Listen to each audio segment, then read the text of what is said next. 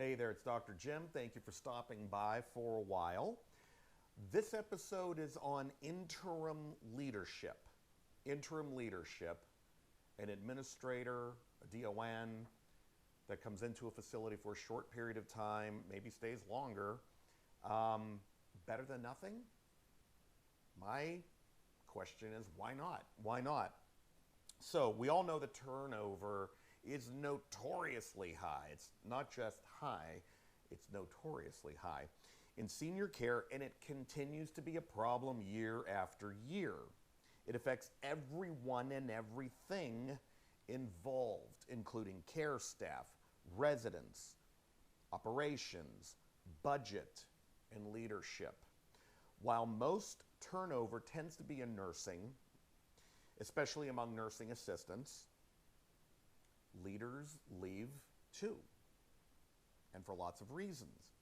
Whether it's a lack of appreciation from corporate, too much pressure, too much stress, or a better job offer has emerged, administrators and directors of nursing are leaving at alarmingly high rates. I'm using great descriptive language here, notoriously and alarmingly, but that's the truth.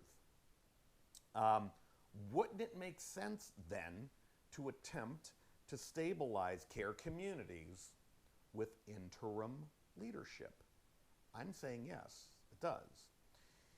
Actually, interim leadership might be the answer to a lot of problems.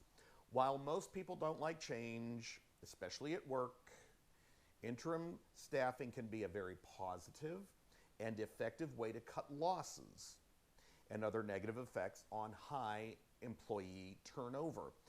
Even at the highest positions in the building, losing employees simply costs too much. Losing administrators and others in leadership positions cost even more in finances, time, productivity, morale, and more. So while a leader is absent, filling the position with someone capable, energized, and knowledgeable might be the answer to keep in focus on the care aspects of the business and fill the needs without any heavy training costs. Maybe you haven't thought about interim leadership. These are professionals. They're well trained. They're seasoned. They've been around. And I know some personally who do this. They simply no longer want to be an employee for a particular company, so they're interim. They go to nursing home A for 5 months. They go to assisted living B for 3 months. They go to another facility or two for a year and a half, whatever the case is. And I see it working rather well. And these people don't need to be trained. They already know what they're doing.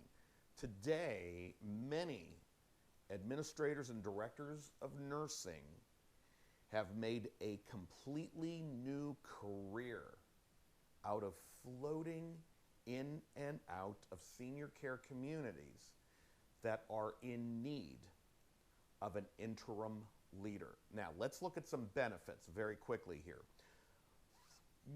Factually and anecdotally, I could give you some information here about outcomes.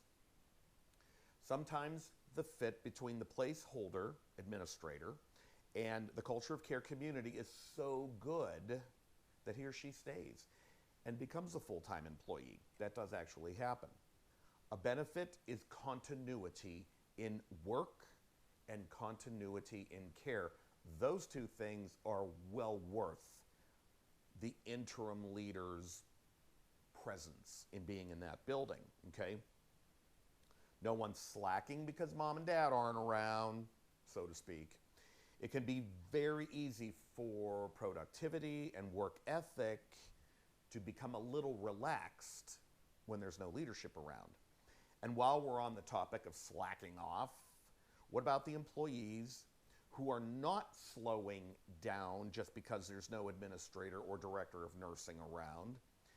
They might be particularly more stressed out and even burned out because they're picking up the pace of their coworkers who are slacking off. This is an unwanted trickle-down effect that sometimes happens to very good employees. So, for continuity of work, continuity of care, and keeping good people in place, why not take a look at interim leadership? It might actually work. I'm Jim Collins. I'll catch you later.